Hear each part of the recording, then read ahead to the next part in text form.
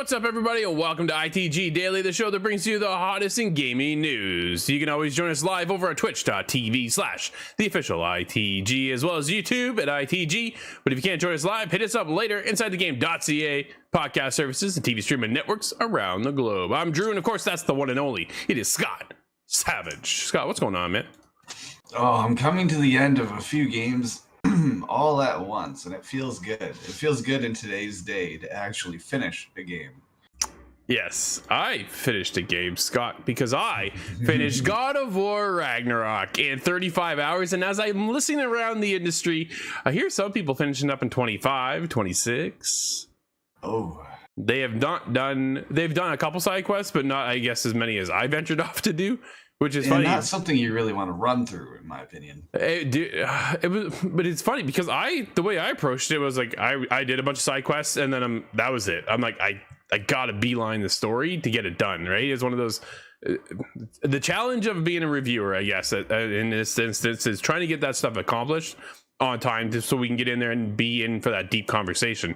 And God of War was one of the easier reviews to do, just the fact that I wanted to beeline the story. But at the same time, as I beeline the story, it is one of those things going, like, all the side quests are like this big echo calling me to venture out and go around and explore, because you get other gear as you go out and explore and get these chests and things like that I want to tap into to then bring to the battles, right? And I'm just like, dude, yeah. Our review is live right now. Go check it out. We've seen a ton of support, by the way, Scott. It has been fantastic to see. I get that compulsion to complete everything. I'm a completionist, and I don't know whether it's my fault or if it's achievements. But in any case, I do all that side stuff, and that's half the reason I don't complete games. So it's funny because I was talking to Steve and where he's at, and in our review he was 28 hours in or 27 hours into the game, hadn't finished it because he ventured off so far to do all these side quests and got really kind of sidetracked in as an example of where he was leading. But yeah, go check out our full review. You can catch it over on our website as well as our YouTube channel. Like I said, we've been seeing a ton of support over there, so we really appreciate you checking that out on our YouTube channel. Thanks a lot. It's one of it was nice to see, and a lot of cool comments too. Always cool. But Scott, today's a hot show, and Brad's right. He is sorry. You should be sorry. Hideo Kojima speaks out on his podcast Brain Structure about Abandon. That's an interesting conversation, which I was already going to nab before you put it in there, Brad, just to give you a heads up. Sonic Frontiers is already being streamed on Twitch. Not even out yet, man. Yeah, we'll talk about that. And Square Enix announced a playable NFT art collectible project. We knew they're getting into it. I knew you're getting we'll get there. It's like quartz. No, that was a disaster coming out of Ubisoft. I think this might have a little bit of a different direction. I think this one's unique, Scott, from Square Enix, and we'll get into the whole conversation and what they're doing and how I think it is different than what Ubisoft did with Quartz, which I completely forgot about with probably good reason. Scott, let's get into it. Hideo Kojima breaks silence on abandoned conspiracies. It's really quite a nuisance. Oh man. Yeah, that whole debacle. What a misstep. And this comes from Jordan Midler of VGC. Hideo Kojima has spoken openly for the first time about the controversial indie title Abandoned and the theory that he was involved in some way. Speaking on his Spotify podcast Brain Structure as part of a new episode featuring none other than Jeff Keighley, during which the pair talked about gaming rumors, the Death Stranding director addressed the speculation that he was involved with Abandon, a horror game from developer Blue Box Studios. Quote, users just keep sending me pictures of this, in bracket, like air quotes, Hassan, end quote. Kojima said to Keighley. I'm gonna go with that, Scott. That was weird. Cool. Right. Yeah. Quote, they still send me collages and deep fake images, like 20 a day. It's really quite a nuisance. As he laughs.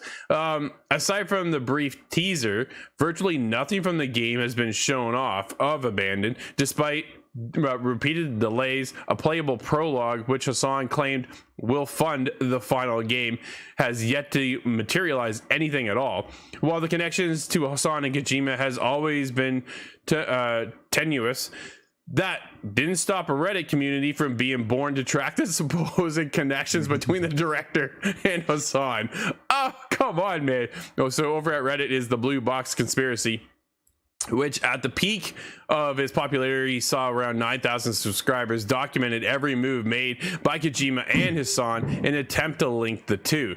This went as far as users discovering that Hassan had previously developed an exercise app, the description of which listed it as a personal trainer PT app. Like, holy deep diving into this stuff, Scott. Now, Reddit is, as far as I know, Reddit is to be trusted with investigation like this. However, sure, if you're looking for something, it's confirmation bias.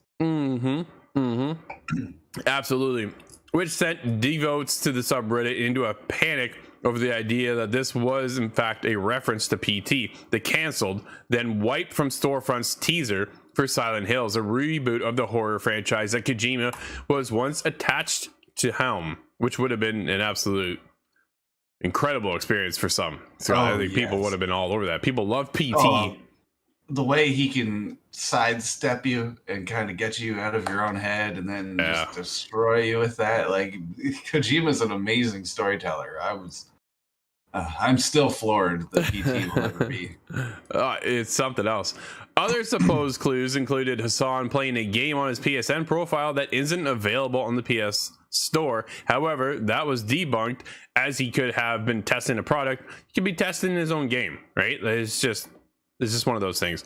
Hassan appeared to play this mystery up, potentially because it was generating a significant amount of buzz for a completely unknown studio in a project that essentially released nothing resembling gameplay or final product. The studio did release an app that was reported to be some kind of prelude to the release of the prologue itself. However, in reality, users discovered that it was an app was essentially a screensaver made up of publicly available assets. What a disaster, Scott. We get into more with Kojima and Jeff here in a second. Quote, when we did the Moby Dick thing, you, in brackets Jeff, were in on the whole thing, and that was pretty fun, but people should know that I wouldn't do the same thing twice, said Kojima. I'm not surprised by that, Scott. I don't think he would do that again. Kojima is a very creative individual and not one to repeat himself. Yeah, he doesn't need to tell the same joke twice, so to speak. Not at all, right? I think that's the biggest thing. Quote, I have never spoken with Hassan. The game is yet to be released. I don't think there's much he can do or say at this point, but if he releases the game, people might understand, so maybe he should just hurry up and release it. End quote. Ouch. But there it is. Yeah. Scott, this was one of the biggest mistakes of the year. I think it was this year, right? It was this year. At this point, I lost track. It may have been last year, but I think it was this year. It might have spanned the entire time, actually, because it just seems to come back around and around. So every time Blue Box is mentioned, it's this news, these stories flash before my eyes. So I saw Hassan tweet it out.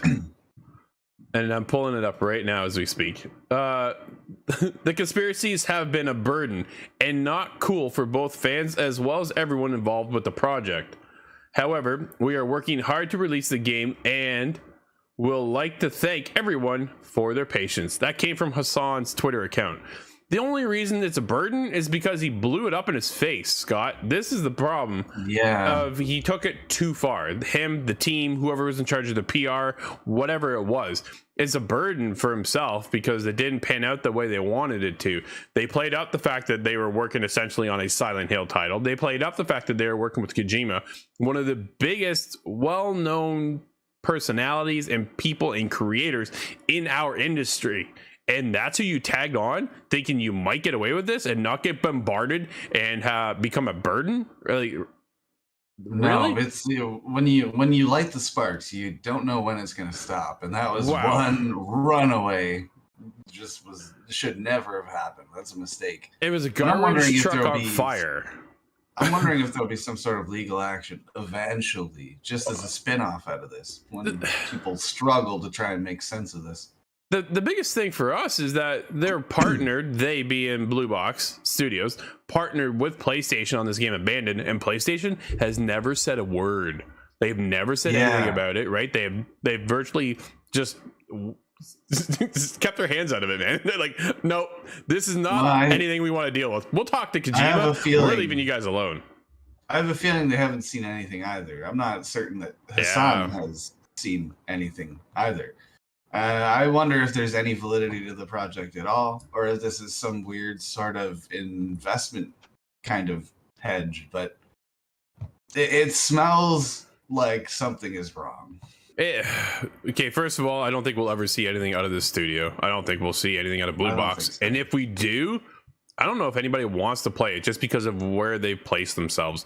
At this point, they're better off to find somebody else to lead, close the studio maybe, and rebrand it as something else. Like, that's just to get out of this this place they put themselves. Right, and it's really unfortunate for everybody who is working hard on this particular project to get then just swept up into all of this mess because they did play up the PT and the Silent Hill and the Kojima stuff. It's like, man, this is wow. There's one way to kind of push your title, but that's a whole other way that we've never seen before, Scott, and I don't think we'll ever see it happen again. No. But what you do see, Scott, is Sonic Frontiers is being streamed on Twitch. Man, I haven't seen this yet, but I'm very nervous. Yeah. After street date reportedly broken. Man. Jordan Midler over at VGC has this to say: Sonic Frontiers is being streamed online ahead of the game's official release next week. The game's street date has reportedly been broken by some retailers, allowing players to purchase the game early and share large portions of it online, leading to a flood of spoilers. Pirated versions of the Switch version of the game is also reportedly being widely circulated. Wow, what a mess. While most of these streams have been taken down within minutes of starting, in some cases up to an hour of the game has been streamed before being removed from Twitch, Twitter, and YouTube. So, dude, that is just one of many as of recently as God of War Ragnarok also was leaked. This has led Sony Santa Monica creative director Cory Barlog to tweet, "Sorry to everyone that have had to dodge the spoilers if you wanted to play the game fresh, completely messing it up for everybody else." I rephrased that a little bit. So yeah, that's such a drag when people let that kind of a thing out, and with God of War in particular, it's such a story heavy thing. I don't expect we'll see that out of Sonic Frontiers, but just the different features. And can somebody who's on Twitch show me that it's not Breath of the Wild? Yeah, that's the only thing I want to see is, okay, is this big empty world or what's going on here? There's a lot of I think worry behind the launch of Sonic Frontiers. Sonic has had a up and down roller coaster of a life cycle, and whether it's going to hit home with this whole new exploration of a game will be time will tell, right? I know many people are playing it. We were unfortunately not able to get a code, so we'll see if we ever get our hands on it at all. But it's out next week. Interested to see everybody's feedback. I'll be watching to kind of keep on. I'm always on Kind of Funnies and what they're up to over there. Good guys over there, good group, like them.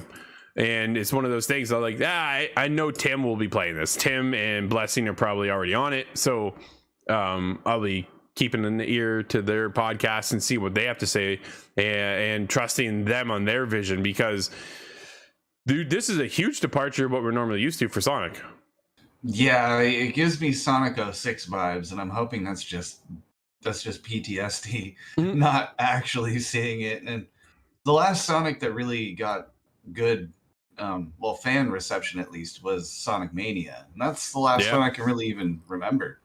So I'm hoping that little spike is what drives this game into being something popular.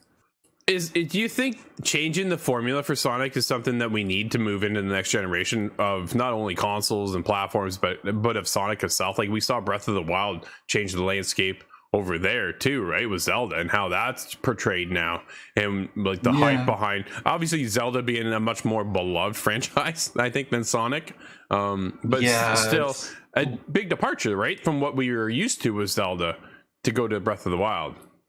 It's a risk, it is a gamble, but I'm not certain that it's the right move in the case of Sonic, because if you're a Sonic fan, at least my idea of a Sonic fan is somebody about my age who wants to play Sonic Mania and the like. Not exactly 3D Sonic 06. Yeah, you know what else is gambling though, Scott? Square Enix has announced a playable NFT collectible art experience. Chris Scullion over at VGC, once again, they're on fire today, Scott. Symbiogenesis is described by the company as its first digital collectible art project designed from the ground up for Web3 fans. So I think they're keeping this a little bit separate, Scott, in how they're phrasing this all together, as they're going for an art collectible PFP style, so profile picture, and not really aiming it right at the gamers themselves like we saw with Ubisoft and Quartz and that kind of befuddle of a Ghost Recon broken game as it was, right? But so let's get into the rest of the article. According to Square Enix, Symbiogenesis is set in a self-contained world where a wide cast of characters, symbiosis, all of which can be collected as digital art. It promises to offer an interactive story and dedicated community. A dedicated community, Scott, I want to stop right there real quick. Don't you have to build that community first? Yeah, it was just trying to hop on the hype that was NFTs. Right? Yeah.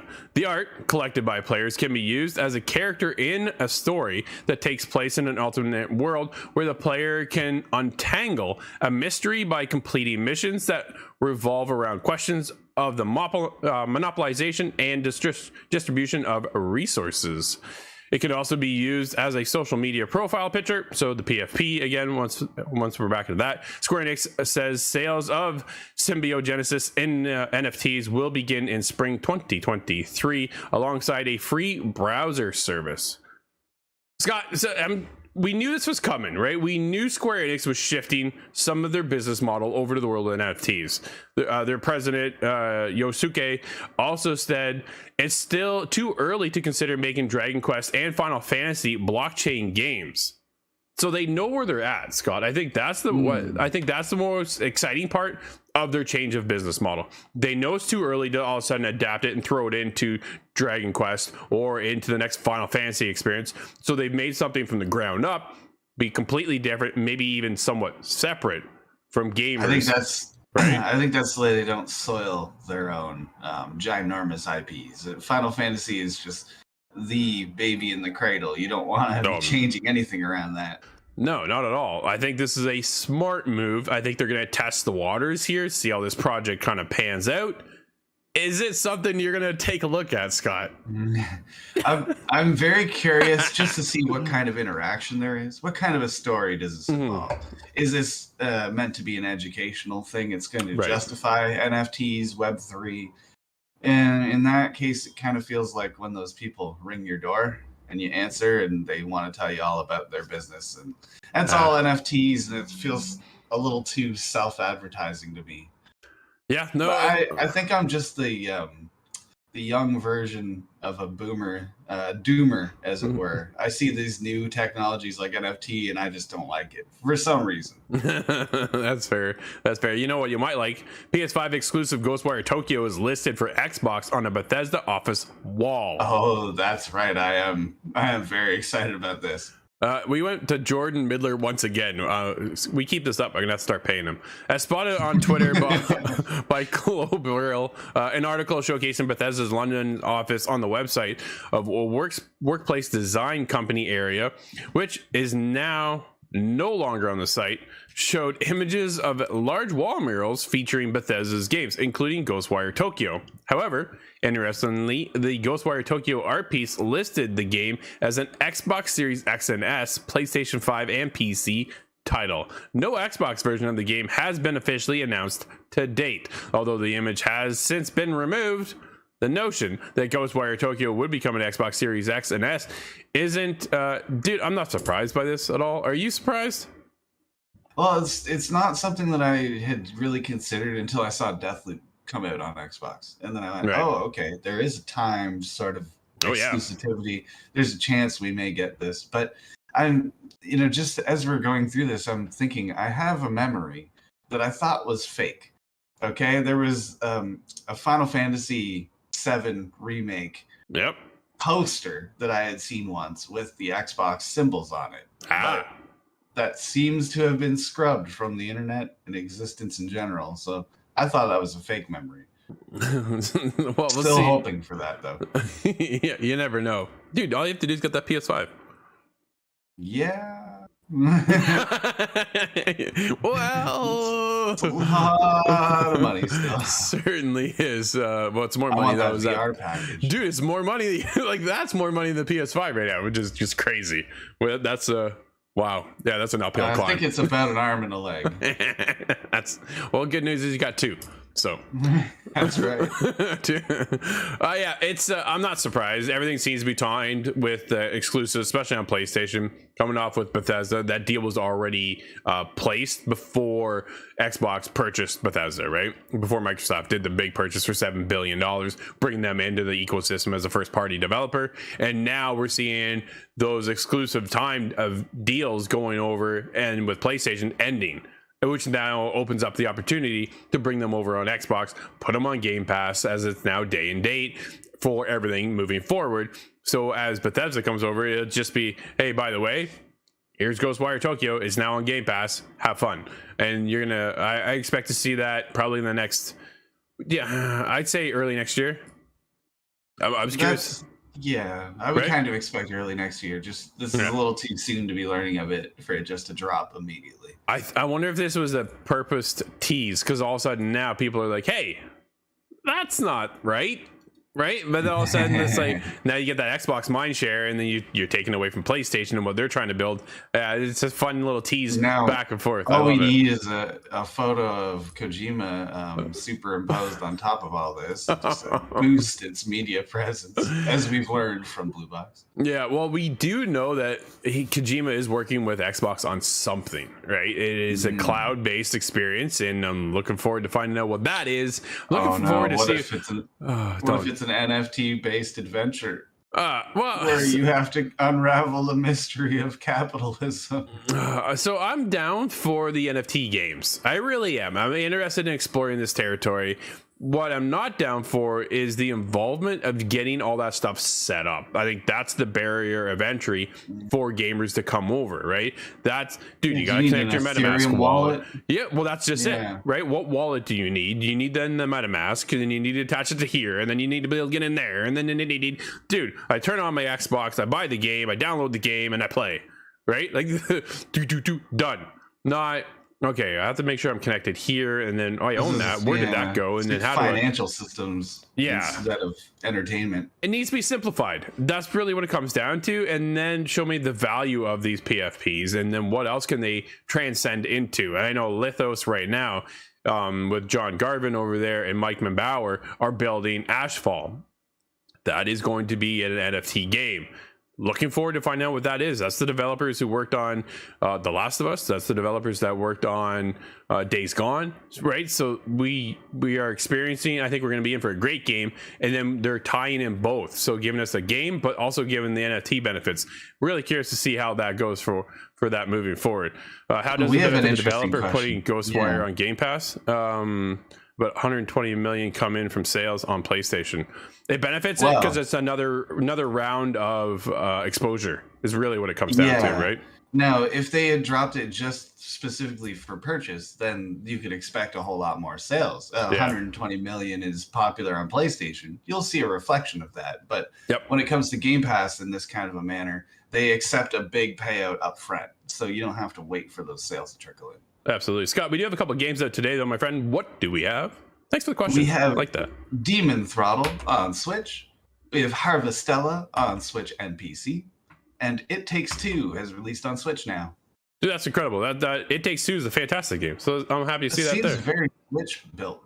Yeah, it seems like does. a great place for it. Absolutely. But Scott, that's going to wrap up today's show, everybody. Thank you for hanging out with us. This has been ITG Daily, the show that brings you the hottest in gaming news. You can always join us live at 11 a.m. Eastern over on Twitch as well as YouTube. But if you can't join us live, hit us up later inside the game.ca, podcast services, and TV streaming networks around the globe. Until Monday, everybody, I'm Drew. That's Scott, and we'll see you inside the game.